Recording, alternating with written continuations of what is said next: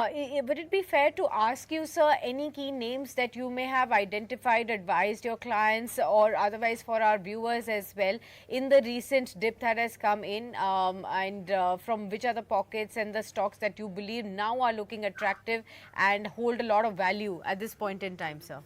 Yeah, I have picked up five stocks, Okay, okay. carefully picked up the stock where I have not invested for compliance reason. I have extraordinary faith in these stocks. One is GE Shipping, leader in shipping.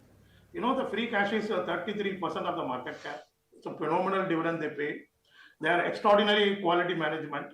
They are very smart in selling the ships also and making money. And a couple of weeks back, they delivered one more ship. So Q4 results also would be very good. And the P ratio is 6. So this is stock I like, we have recommended.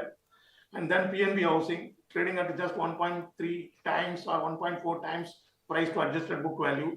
It has got exposure to own public deposits, which is about 40% of the total finance the company has for deployment. So today we know the banking lending to NBFC has slowed down enormously. So here you have a housing company, housing finance company with phenomenal quality, PNB Housing. Third, CDSL, it has fallen almost to 40%. I'm a bit surprised. Yes, it used to trade at 60 PE, now it's around 40 PE. I think this is a phenomenal medium to long-term stock. You have duopoly market for depository participants, CDSL, NSDL, and CDSL is the leader. As I mentioned, if you have a 3 to 5 year, 10 year or 20-year view, the stock market depth is going to increase continuously and consistently.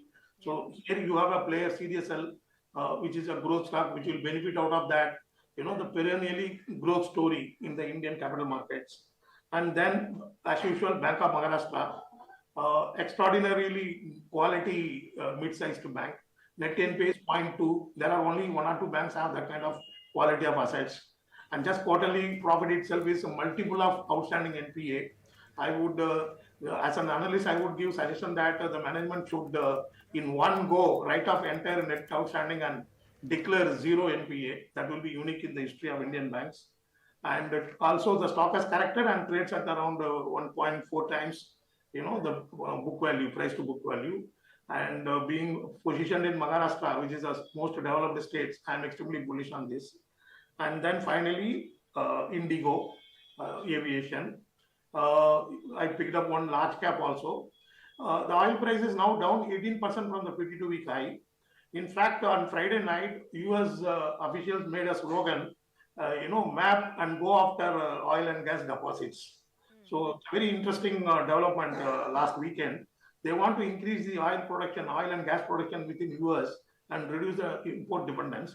Second development, all we know that there has been a lot of talk between US and Russia to resolve Ukraine war.